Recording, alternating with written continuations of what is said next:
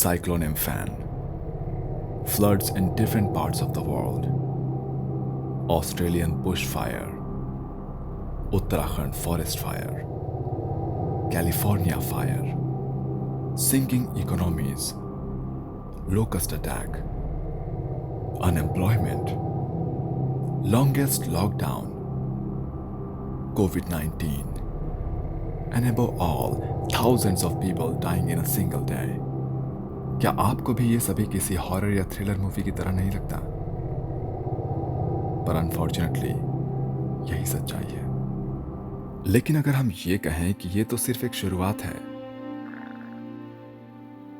और ये सब हमारे आने वाले कल की पिक्चर का सिर्फ एक ट्रेलर है, ये एक्चुअली एक टीजर है, पर सवाल यहां पर यह उठता है कि आखिर ये सब एकदम और एक साथ इतना कैसे बिगड़ गया?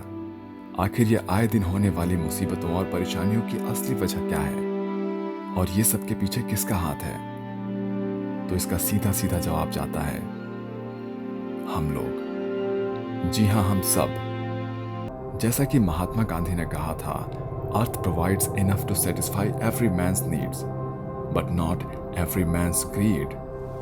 और हमारे इसी लालच और ग्रीड की सजा सिर्फ हम नहीं बल्कि हमारी आने वाली जनरेशन को भी भुगतना पड़ेगा, क्योंकि हमारी इंसानी आदतों के चलते आज क्लाइमेट चेंज एक बहुत ही ज्यादा सीरियस मुद्दा बन गया है। और उसी का रिजल्ट अब ये है कि बीते 8 लाख सालों में आज हमारे एटमॉस्फेयर में कार्बन डाइऑक्साइड सबसे हाईएस्ट लेवल पर पहुंच चुकी है।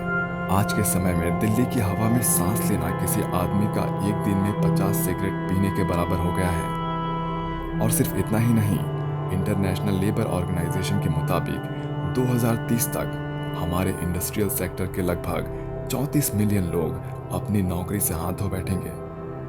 और इसका कारण होगा हमारा ये कंटिन्यूसली बढ़ रहा टेम्परेचर और ग्लोबल वार्मिंग, जो कि पूरी दुनिया में सबसे बड़ा आंकड़ा होगा। हमारा लगातार बढ़ रहा बिजली का कंजम्पशन सीधे सीधे उसके उत्पादन को बढ़ाता है, जिसके कारण बहुत ही भारी मात्रा में खतरनाक गैसेस का उत्सर्जन होता है, जो कि इंडिया में 68% ऑफ गैसेस इसी प्रोसेस के कारण इमिट होती है।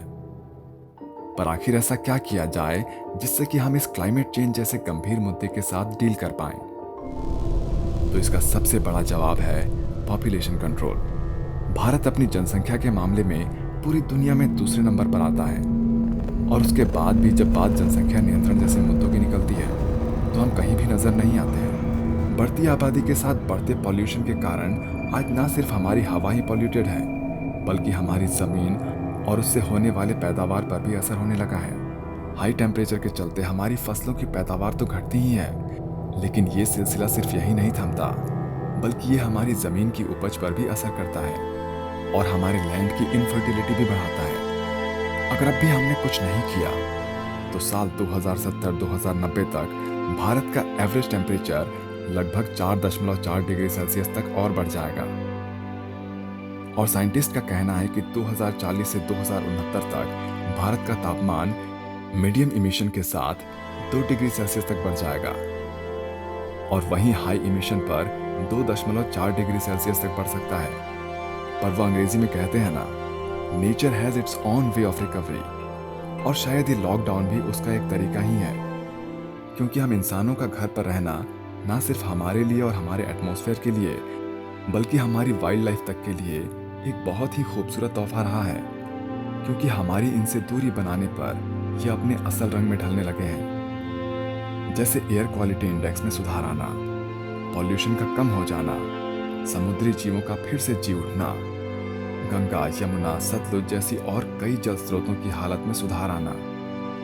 ये सभी पैरामीटर्स बहुत ही साफ तौर पर यही बताते हैं कि nothing is more dangerous than we humans. मतलब कि हम इंसानों से ज्यादा खतरनाक और कुछ भी नहीं है। As Red Butler says, founder of Mongabay non-profit environment, after a decade of increased deforestation, broken commitments, and hundreds of murders of rainforest defenders, the year 2020 opened as a dark moment for the world's rainforests. तो अब ये वक्त है हमारा इस climate change को रोकने के लिए आगे बढ़ने का। ये दशक है कुछ करने का, और अब वक्त आ गया है हमारा क्लाइमेट इमरजेंसी के सॉल्यूशन में हिस्सेदारी का। ना कि इस पॉल्यूशन में भागीदारी का, क्योंकि अभी नहीं तो फिर कभी नहीं। Appreciate what you have before it turns into what you had.